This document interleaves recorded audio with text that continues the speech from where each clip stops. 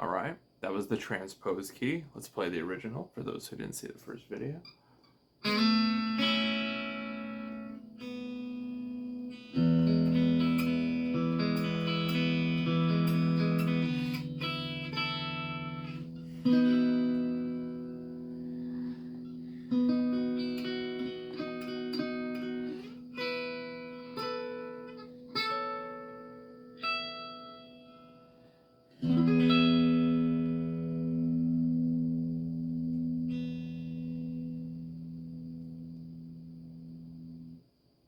There we have it. So it was a little composition I made yesterday for the first part, and I worked through transposing it to the key of B major, which using a random number generator, and 0 through 11, which is set class theory, to give all the notes number designations.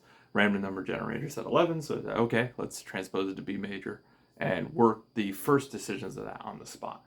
So if you saw that video, you might see a little bit of difference from how I first approach it. So today's video is about the secondary decisions, right? So we could hear in the second one, the original key of E major, that there's so much ringing out going on. We have that low E. We have our low E just ringing out as right. We have that. I had that here because fortunately it had the bar. Right. I had all that, but you hear that there isn't as much sustain higher up on the neck. And instead of moving the opening part, like I play low on the neck and E, and then use again the open E string, just one of the most resonant, then the open B, again very full and resonant, right? So when I tried it out high, yeah.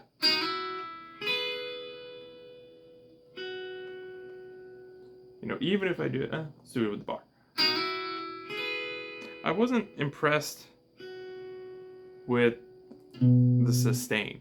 But the other thing was, and this is just sort of a me thing, is I said, well, the most common way that anybody would try to transpose this would be, oh, well, I can just move everything up. And then I specifically made it yesterday so that there were lots of open strings in it, because anytime you have open strings, it takes away sort of the option for just doing it physically the same in a higher position. So in order to transpose it to another key and make it sound, as close to equally good as possible, as close to idiomatically good as possible, falls under the fingers, I wanted to actually truncate the range. So using the lower version of the opening notes instead of the higher version. Again, I should do the full bar for this.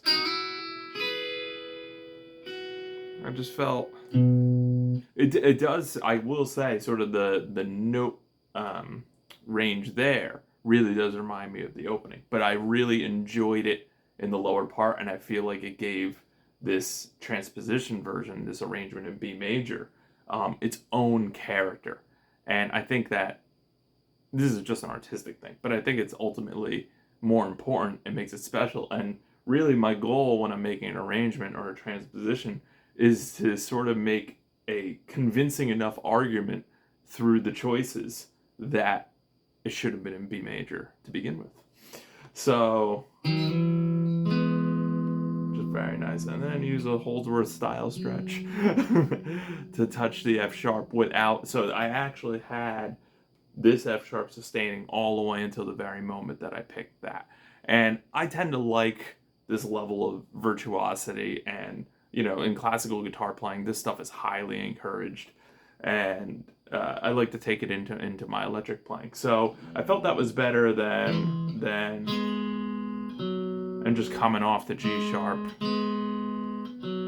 like that. I like the idea of having them both really ring out. And that's something that the original does not do, because the C sharp and the B, we lost the C sharp. Not that it's missed too much, but when you A-B them,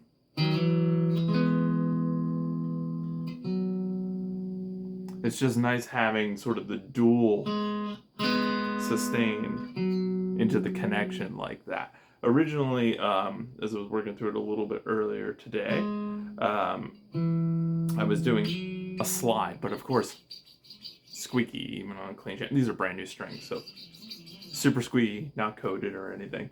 We got to try to avoid that, right? I felt like it took away. It was distracting from the music. And then the other thing I had to sort of make a decision about was whether to go with a 3/4 hammer-on. You can see a little tough, but the pinky tends to flatten out a little bit. Very doable, but I just sort of have to be really on top of my game with it. Yeah, I touched it a little bit, felt it, right? And then either use these fingers, which I could do, but then I still, if I wanted this 9th fret F sharp, still dealing with the squeak. So the slide became the solution, and thus the bar as well. Yesterday I wasn't barring, but to get the B and the F sharp ringing out as, say, open strings would, using a 4-string bar and then doing the slide with it, which is, I don't think I've ever done that before. So that's the cool thing about this process, is it lets you sort of know what's physically possible with the guitar and standard tuning and all that kind of stuff. And it's like, what a great result, you know? And then the big stretch, just take your time with it. Touch it, just really nicely connected, really controlled. And of course, this allows the great connection between the low note.